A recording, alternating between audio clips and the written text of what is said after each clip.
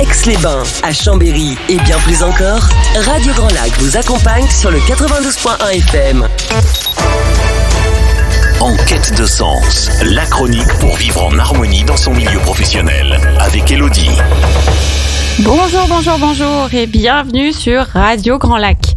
C'est Elodie et je suis ravie de vous retrouver aujourd'hui pour ma chronique En quête de sens. Cette émission est consacrée à cette thématique qui m'est chère, aussi bien dans ma vie personnelle que ma vie professionnelle, puisque j'en ai fait mon métier, accompagner chacun dans sa quête de sens et d'épanouissement. Vous le savez, j'ai à cœur de montrer que tout est possible, de donner envie de suivre ses rêves, de donner les clés pour oser et vivre pleinement, et d'apporter une meilleure connaissance de soi aux personnes que j'accompagne. Cette émission est complémentaire à mon métier puisqu'elle est dédiée à l'interview de personnes dont le parcours est inspirant, des personnes qui viennent nous partager leur histoire de vie, des personnes pour qui la quête de sens a pris tout son sens. Nous sommes ensemble pour 40 minutes en direct sur le 92.1 ou sur radiograndlac.com et vous pouvez bien évidemment écouter en replay toutes les émissions sur la chaîne YouTube de Radio Grand Lac. Et la nouveauté depuis le mois dernier, c'est que Radio Grand Lac a maintenant son application. Aujourd'hui, je suis avec Aurélie Menuret, qui est une accordeuse de talent au service de l'épanouissement des entrepreneurs et des entreprises. Elle va vous expliquer un petit peu plus en détail ce que cela veut dire, mais déjà, bonjour Aurélie. Bonjour Elodie. Comment tu vas ? Écoute, ça va bien, je te remercie. Merci d'être avec nous aujourd'hui. Alors, j'ai donné un titre, ou en tout cas, je t'ai décrite avec quelque chose qui en dit à la fois beaucoup et à la fois pas beaucoup. Mais avant que tu nous expliques plus précisément ce qu'est une accordeuse de talent, est-ce que tu peux nous en dire un petit peu plus sur toi, sur ton parcours, sur ce qui t'a amené à être la femme que tu es aujourd'hui ? Yes, eh bien écoute, ce que je peux te dire sur moi, c'est que j'ai commencé déjà petite à prendre des cours de danse et des cours de musique. Mmh. Voilà.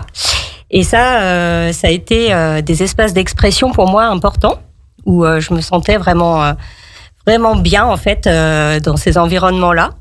Et c'était vraiment des espaces d'épanouissement en fait pour moi.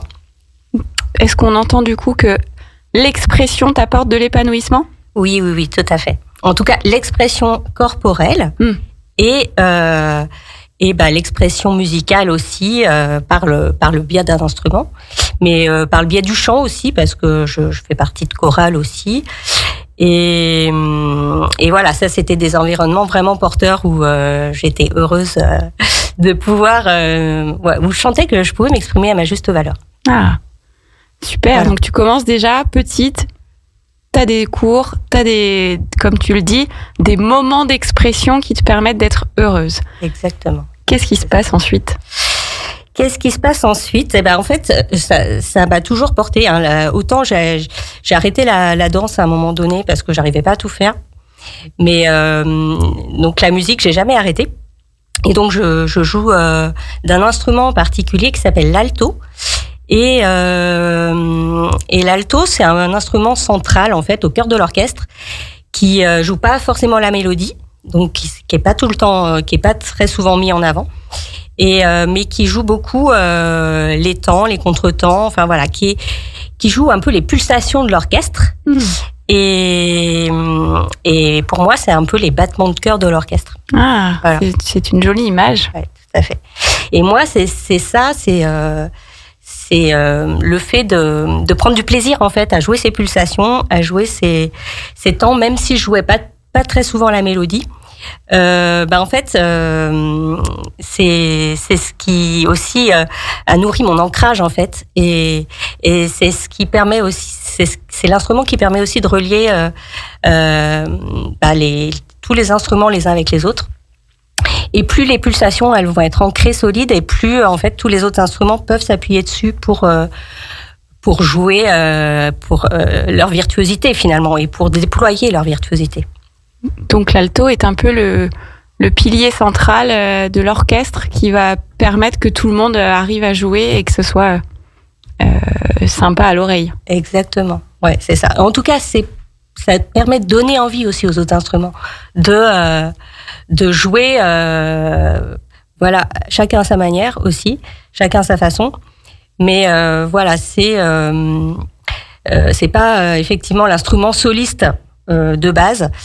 Et en même temps, s'il n'était pas là, ça se sent vraiment dans l'orchestre en fait. Ouais. Alors du coup ça me fait penser, moi dans mon métier souvent je parle de mettre l'individu en valeur pour servir le collectif. On est un peu sur la même idée, c'est-à-dire que si l'alto s'épanouit, est pleinement là et pleinement présent, ça va permettre à tout l'orchestre aussi de pouvoir, tu l'as dit je crois, pouvoir exprimer sa virtuosité. Tout à fait. Donc c'est aussi l'instrument solo qui va faire que le collectif fonctionne bien. Ouais, exactement. Et en même temps, il a une sonorité aussi qui est un peu proche de la voix humaine finalement. Elle est plus grave que le violon. Mm-hmm. Elle est un peu ambrée, grenue, et ça lui donne une chaleur en fait aussi qui est agréable. Et c'est un instrument qui est imparfait aussi.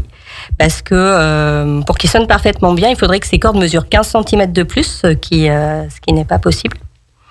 Donc le son sera jamais aussi pur que celui d'un violon, d'un violoncelle. Et donc c'est à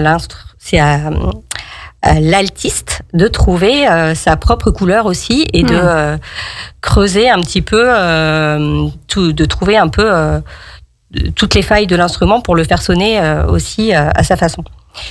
Donc voilà, et c'est un instrument aussi qui collait assez bien à ma personnalité parce que je suis pas d'un tempérament ou d'une personnalité extravertie. Donc j'étais un peu timide, et un peu donc ça m'allait assez bien parce que c'est un instrument où on est un peu caché au centre de l'orchestre, mais qui est quand même très utile et qui moi me reliait à ce que j'aimais vraiment faire dans la vie. Donc voilà. Donc ça, c'est quand tu es petite, on sent qu'il y a de la passion, hein, il y a de la passion de la musique, la passion de cet instrument. Et alors si tu as commencé avec ça, c'est que du coup ça a un lien avec peut-être ton activité d'aujourd'hui. Moi je le sais, mais peut-être avec la suite de ton chemin jusqu'à aujourd'hui, qu'est-ce qui s'est passé après et pourquoi cet instrument a eu cette importance? Eh bien, en fait, au fil de mes études, j'ai pas choisi finalement cette voie artistique pour en faire mon métier. Ça, je pense que pourtant j'en avais, très envie, mais avec mes croyances familiales du fait que voilà, on gagne pas sa vie quand on est artiste ou quoi, parce que moi, mon grand rêve ça aurait été de jouer dans des orchestres pros, de voyager, enfin voilà. Et ça allait pas trop avec, ça collait pas trop avec mes valeurs familiales, le schéma familial classique, exactement. Donc je me suis rabattue sur des études de médecine. Enfin voilà, l'humain m'intéressait quand même beaucoup. Et puis je me suis orientée sur la qualité dans le domaine de la santé. Donc voilà. Et prévenir les risques en entreprise, c'était quelque chose aussi qui m'animait beaucoup, de pouvoir savoir comment on pouvait anticiper et organiser son travail de manière à ce que les gens ne se fassent pas mal. Et donc, voilà, tout ça m'a conduit à faire un métier en lien avec la qualité, sécurité, environnement en entreprise, avec les normes. Donc, plutôt que la médecine de guérison, toi, t'étais plutôt comment je peux faire pour prévenir les risques et être dans la prévention pour qu'il y ait le moins de choses à guérir derrière. Exactement, presque. C'est ça. Moi, j'étais vraiment animée par la prévention, la prévention des risques, que ça soit humain ou matériel, enfin voilà. Et ça me reliait aussi à mon histoire parce que j'ai un oncle aussi qui est décédé d'un accident de travail et assez jeune. Donc ça avait impacté énormément ma famille. Et mine de rien, en fait, si j'ai fait aussi un métier en lien avec la prévention des risques aujourd'hui, c'est que j'avais besoin aussi de comprendre aussi ce qui est arrivé dans ma famille et de pouvoir aussi éviter à ce que ça arrive à d'autres. Ouais. Donc on est t'es jeune, t'as à peu près 20 ans, ce que tu nous parles de je pars en médecine. Ensuite, du coup, tu t'es dirigée sur une carrière plutôt sur tout ce qui est, tu l'as dit, prévention des risques. Comment tu as dit déjà, sécurité, c'est ça ? Oui. Ok. Et ensuite ? Après, voilà, j'ai eu différentes expériences de responsable qualité, sécurité, environnement dans divers secteurs d'activité. Et donc d'abord dans le domaine de la santé, et puis après dans le domaine industriel. Et puis j'ai fini par une expérience aussi en aéronautique, où j'étais auditrice qualité-sécurité. Et là, j'ai découvert une autre culture d'entreprise, en fait, où on mettait l'accent beaucoup sur tout ce qui était les facteurs humains, la culture de l'erreur, la culture des transmissions, aussi, que j'avais pas connu, en fait, à cette dimension-là dans les autres secteurs d'activité dans lesquels j'étais passée. Et je me suis en fait rendu compte de la similitude finalement des process aéronautiques avec la musique.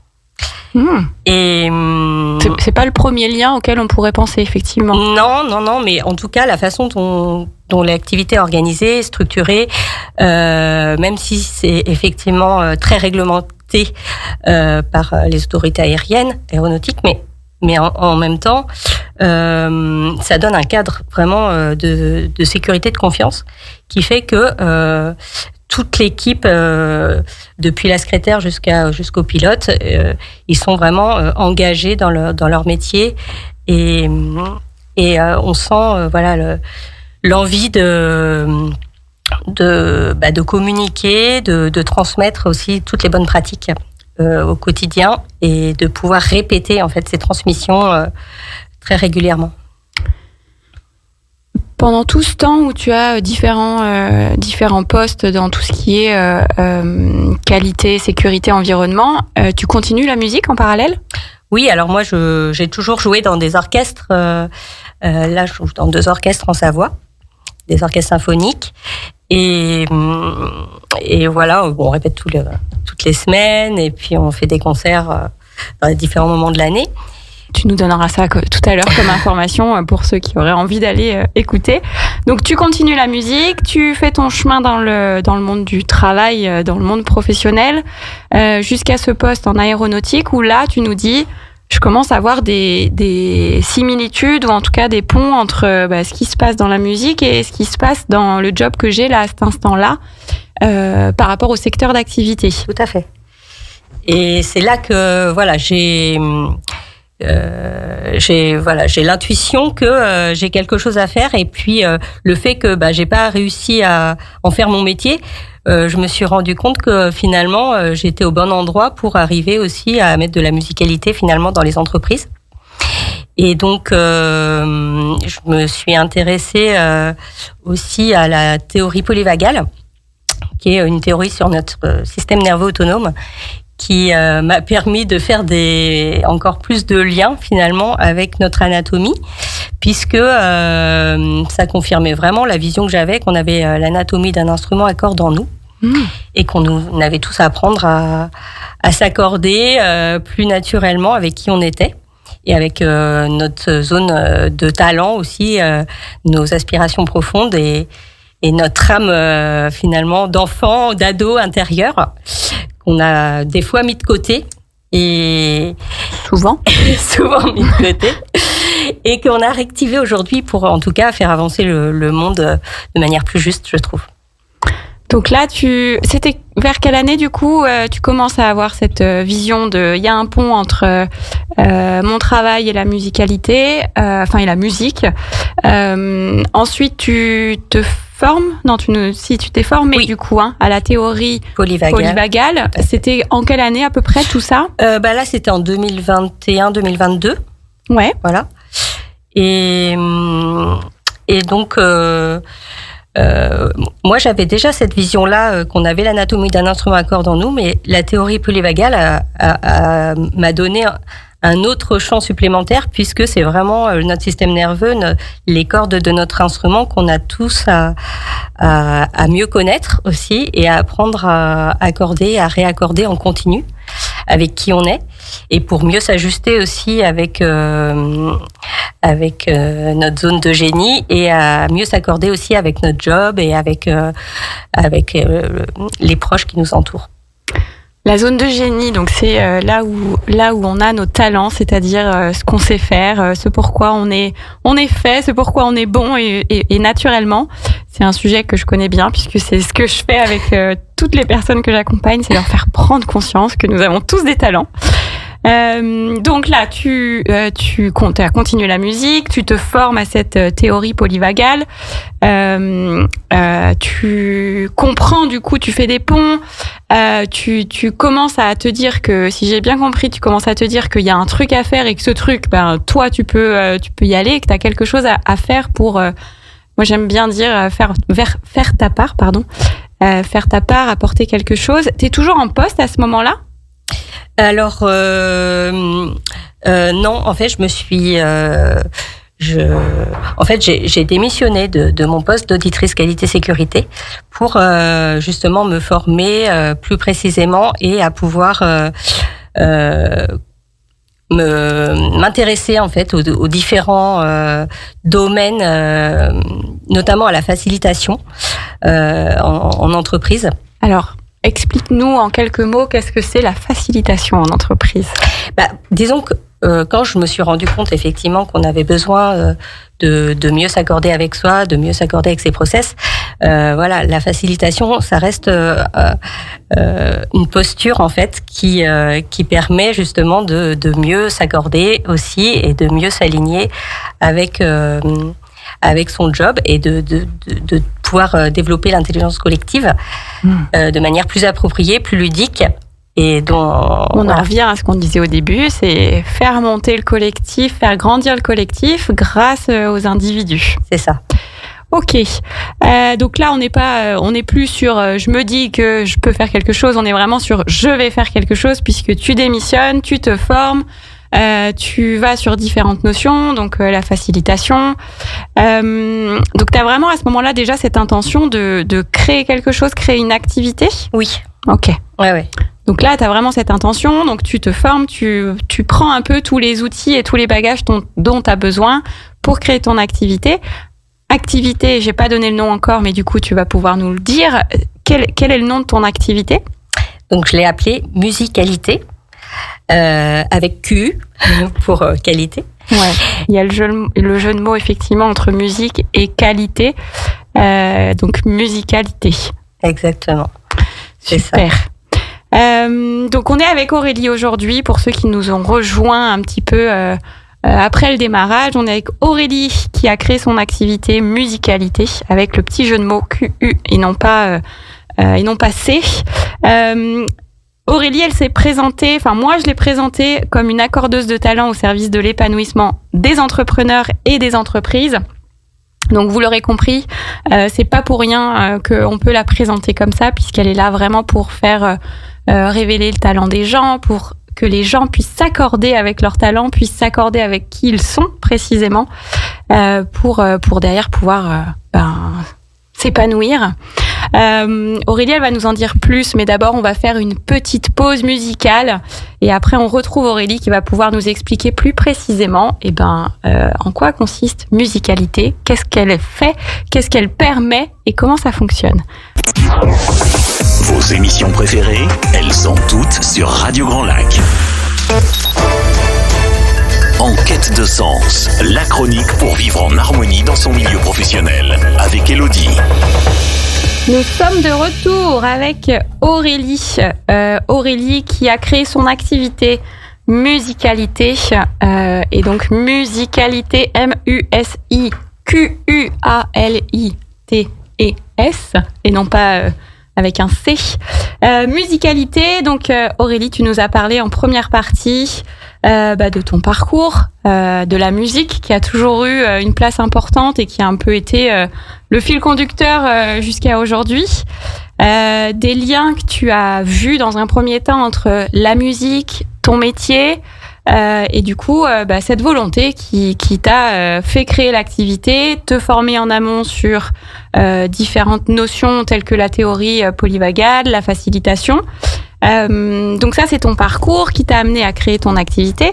Mais alors, concrètement, c'est quoi ton activité? Qu'est-ce que tu fais? Qu'est-ce que tu apporte aux gens, parce que forcément, on a parlé de talent, on a parlé d'individus, donc on sait que c'est quelque chose qui va apporter aux personnes que tu accompagnes. Mais exactement, qu'est-ce que tu fais ? Eh bien, ce que je peux te dire par rapport à musicalité, donc effectivement, il y a 2 niveaux d'intervention. Le premier niveau, c'est au niveau des individuels, finalement, au niveau des entrepreneurs et des responsables qualité, sécurité, environnement aussi. D'accord. Voilà, qui auraient besoin aussi de mieux se connaître, qui auraient besoin aussi de consolider leur confiance en eux et de pouvoir rayonner de l'intérieur, en fait. Donc l'alto, il faut savoir que c'est un peu aussi la do de l'orchestre.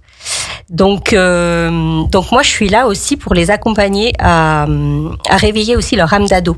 En fait, un peu leur rebelle intérieur là, qui a pas toujours eu l'espace pour s'exprimer, que ça soit dans leur famille, dans leur vie perso, pro. Et voilà, moi c'est aussi mon âme d'ado que je réveille aussi dans mon activité.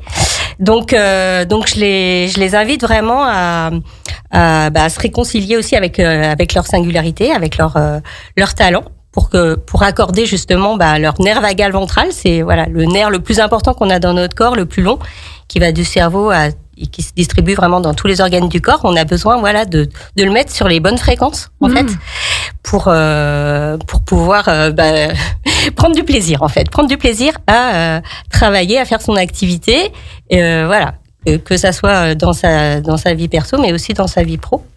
Donc tu les accompagnes, pour reformuler, tu les accompagnes à bien se connaître, ou en tout cas mieux se connaître, à prendre confiance en eux, pour révéler vraiment toute leur, tu l'as dit, singularité, leurs valeurs, j'allais dire, c'est le mot puissance qui m'est venu, toute leur puissance, ce qui va à eux leur permettre d'être plus épanouis, et du coup peut-être indirectement aussi, notamment pour les responsables qualité, sécurité, environnement, à encore mieux accompagner leurs équipes, et pour les entrepreneurs, encore mieux faire, entre guillemets, leurs activités. Tout à fait. En tout cas, attirer les clients qui leur ressemblent et pouvoir oser se rendre visibles, oser parler de leur activité aussi de différentes manières en fonction de leur public. Et donc, moi, je crée vraiment, je propose un mentoring collectif qui va se dérouler tous les 15 jours, les lundis matin, vendredis matin, sous la forme de 4 modules d'1h30. Et donc, je leur donne vraiment un espace de confidentialité, de non-jugement, d'expression, qui va leur permettre aussi d'oser parler de leur activité de différentes façons. Donc, c'est des personnes qui viennent individuellement, à leur propre initiative. Oui. Mais toi, ton accompagnement se passe en collectif. Donc, ils se retrouvent en collectif. C'est ça, exactement. Et donc, ça va leur permettre aussi d'affiner leur grand pourquoi ils font leur métier, pourquoi ils ont créé leur activité. Et donc, d'être plus à l'aise aussi dans leur communication, et de pouvoir aussi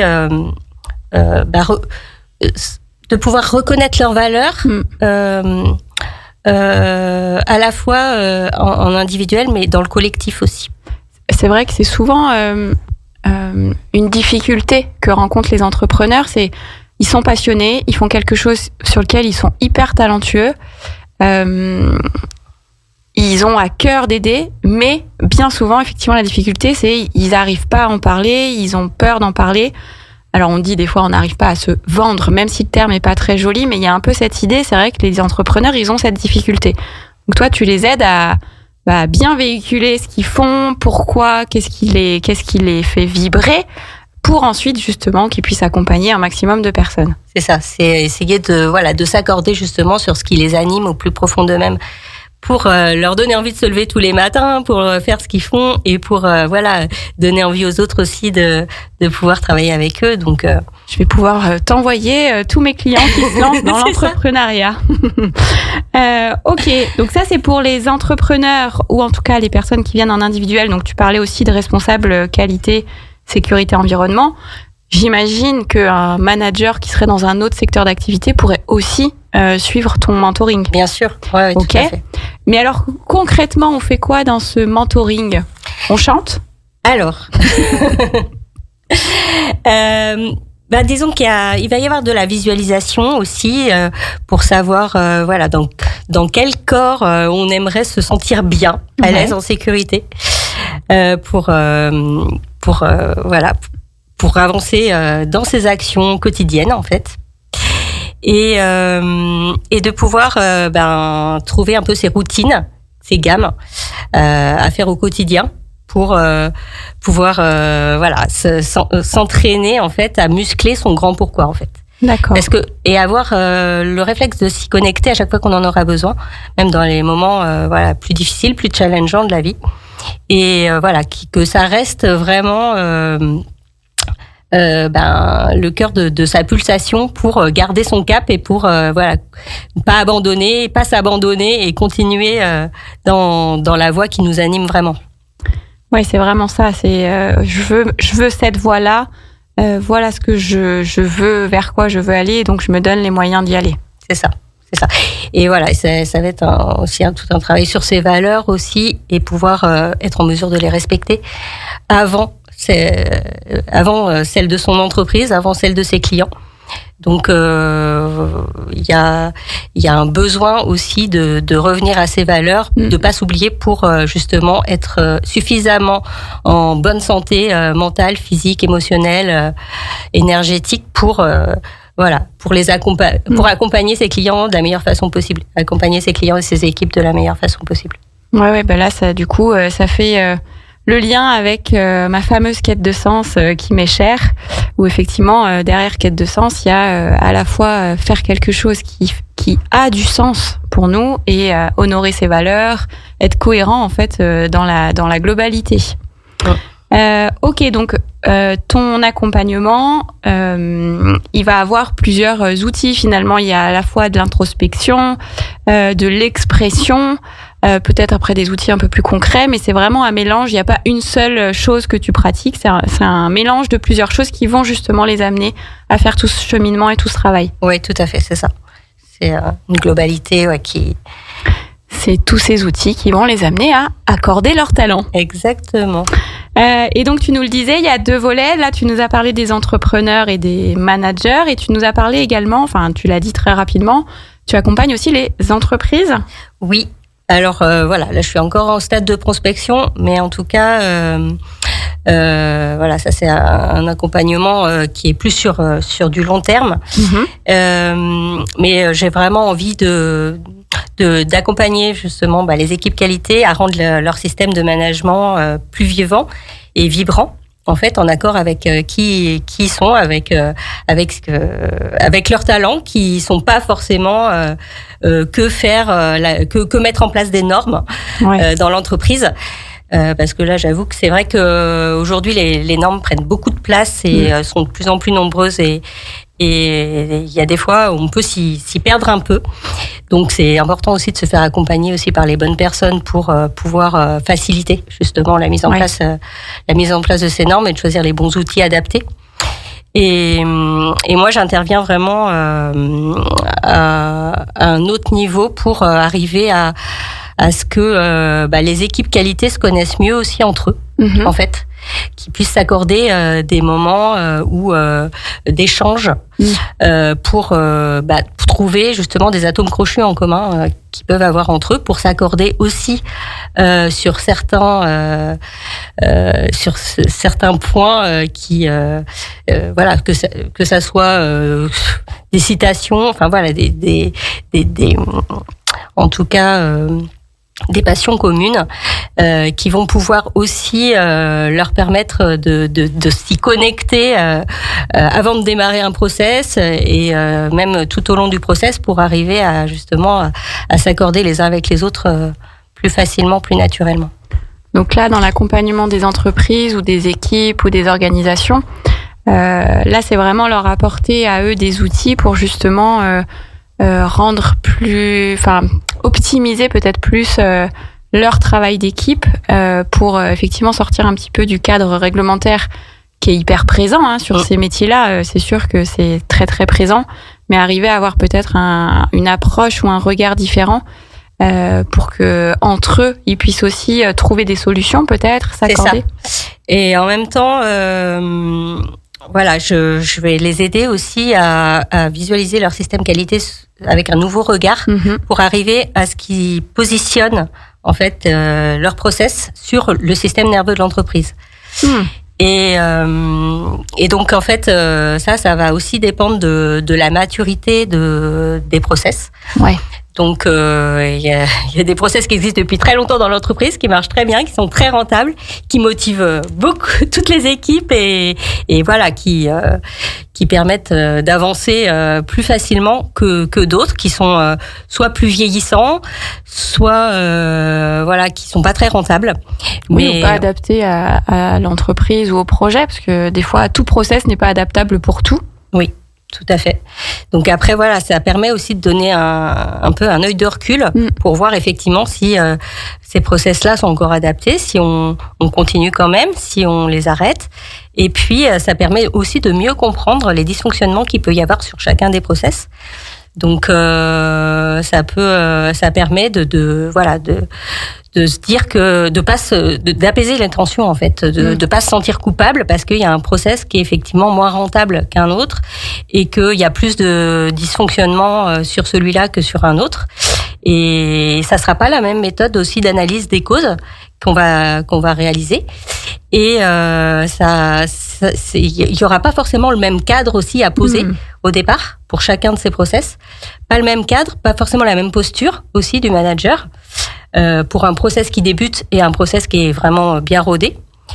Donc ça sera pas le même type de management pour les équipes. Ça sera voilà. Donc ça c'est vraiment à définir avec les RH et à définir en fait. Pour arriver à ce que les process se déroulent de la manière la plus efficace, mais et que chacun puisse y trouver son compte pour faire son boulot avec plaisir, quoi. Ouais, de manière fluide en fait, qu'on trouve quelque chose d'efficace, mais qui soit suffisamment fluide pour tout le monde. C'est ça, le but, c'est vraiment de s'aligner avec ces process et de pouvoir aussi être en mesure d'être autonome pour le réaligner aussi. De manière plus facile. Ouais. Donc toi, ton rôle, c'est vraiment d'apporter ce regard un petit peu différent, ou alors avec prise de recul, prendre de la hauteur pour analyser un petit peu leur process et leur proposer des améliorations ou des changements qui vont les aider justement à mettre en place quelque chose de plus, tu le disais, efficace, qui convienne à tout le monde. Et où chacun va trouver sa place. C'est ça, c'est de les aider, je les accompagne vraiment à réaliser la feuille de route de la confiance, en fait, des process de l'entreprise. Ah, j'aime bien cette expression. Feuille de route de la conscience. D'accord, donc là, pareil, pour accompagner les entreprises, les organisations, tu utilises différents outils. Tu nous as parlé de facilitation. Est-ce qu'il y a d'autres outils où c'est vraiment très personnalisé, très adaptable en fonction de chaque situation ? Alors, en fait... disons qu'il y a plusieurs étapes. Ça va de la prise de conscience aussi de la diversité instrumentale des équipes. Donc ça, pareil avec les RH, mais en tout cas de trouver des moments privilégiés pour mieux se connaître les uns avec les autres. Et jusqu'à Je te coupe, mais du coup on en revient à créer des espaces d'expression. Oui, exactement, c'est ça. Pour moi, c'est quand même vital pour justement faire avancer ces process de la meilleure façon possible aujourd'hui. Et jusqu'à célébrer ce qui a bien marché, apprendre aussi ce qui a moins bien marché, et puis de s'aligner en continu avant, pendant, après, et d'arriver à garder son cap justement, garder sa pulsation. Tout au long de la vie de l'entreprise, ouais. Eh ben, écoute, c'est de beaux projets. Enfin, voilà, c'est vraiment, ça a l'air d'être quelque chose qui, toi, t'anime, te fait vibrer. On sent la passion. Et je suis sûre que ça peut apporter, effectivement, de toute façon, dans l'ère du temps aujourd'hui où on apporte un regard différent, où l'individu est pris en compte, mais que le collectif aussi. Je trouve que voilà, c'est hyper cohérent. Moi, je trouvais aussi très pertinent ce que tu as dit au tout début. C'est que tu as précisé en fait que tu es plutôt de nature pas extravertie, plutôt introvertie, timide. Et malgré tout, t'as eu un chemin qui est plutôt gratifiant. À la fin, t'as osé démissionner pour créer ton activité parce que t'y croyais. Du coup, ça m'amène à une petite question, c'est qu'est-ce que tu dirais aux personnes qui nous écoutent et qui auraient, je sais pas, souvent, moi je peux entendre, non mais moi je suis pas capable de me lancer, non mais finalement c'est pas si mal où je me trouve, et puis on peut pas démissionner. Qu'est-ce que tu aurais envie de dire à ces gens qui peut-être ont une petite étincelle quelque part, une petite mélodie qui les pousserait un petit peu? Qu'est-ce que tu aurais envie de leur dire? Moi, ce que je leur dirais vraiment, c'est d'oser écouter aussi son ado, en fait, son ado intérieur qui... Oui, pas votre ado qui est dans sa chambre toute la journée, le vôtre. Hein. C'est ça. C'est son ado intérieur qu'on n'a pas toujours pris le temps d'écouter, de comprendre et qui n'a pas eu toujours les espaces pour bien s'exprimer au moment où il aurait fallu. Et donc voilà, c'est le réveiller, en fait, cet ado. Osez écouter votre petit ado intérieur qui a envie de faire plein de choses et de suivre ses rêves. Exactement. Super. Merci Aurélie, merci pour ce partage. Comment on fait pour te trouver si quelqu'un a envie de te contacter, de faire appel à tes services? Comment on te trouve? Le plus facile, c'est vraiment de me contacter soit sur LinkedIn, pour Aurélie Menuret, puis j'ai une page musicalité aussi, et sur Facebook. Ok, donc ces 2 réseaux sociaux, Facebook et LinkedIn, vous pouvez retrouver Aurélie. Donc Aurélie, son nom de famille Menuret, M-E-N-U-R-E-T. Et il y a également une page, donc musicalité, rappelez-vous, musicalité avec le petit jeu de mots, donc Q-U-A. Pour qualité. Super, merci beaucoup Aurélie. Longue vie à musicalité parce que je suis persuadée que ça peut aider beaucoup de gens. Merci d'avoir été avec nous aujourd'hui. Avec plaisir, merci à toi Elodie. Pour vous qui nous écoutez, vous restez bien évidemment sur Radio Grand Lac aujourd'hui et vous pourrez retrouver à 17h15 notre magnifique Laura avec son émission Il y a de la joie. Donc si vous voulez continuer sur les bonnes nouvelles, la bonne humeur, venez nous écouter à 17h15. Laura saura vous partager plein de bonnes ondes. Pour ma part, je vous retrouve pas dans 15 jours. Et non, je change les habitudes, mais dans 3 semaines. Donc le 29 avril. À très bientôt et belle journée. Plongez dans le grand bain de la vie locale avec notre application 100% gratuite pour écouter votre radio préférée. Radio Grand Lac. Téléchargez-la dès maintenant et vivez l'expérience Radio Grand Lac où que vous soyez.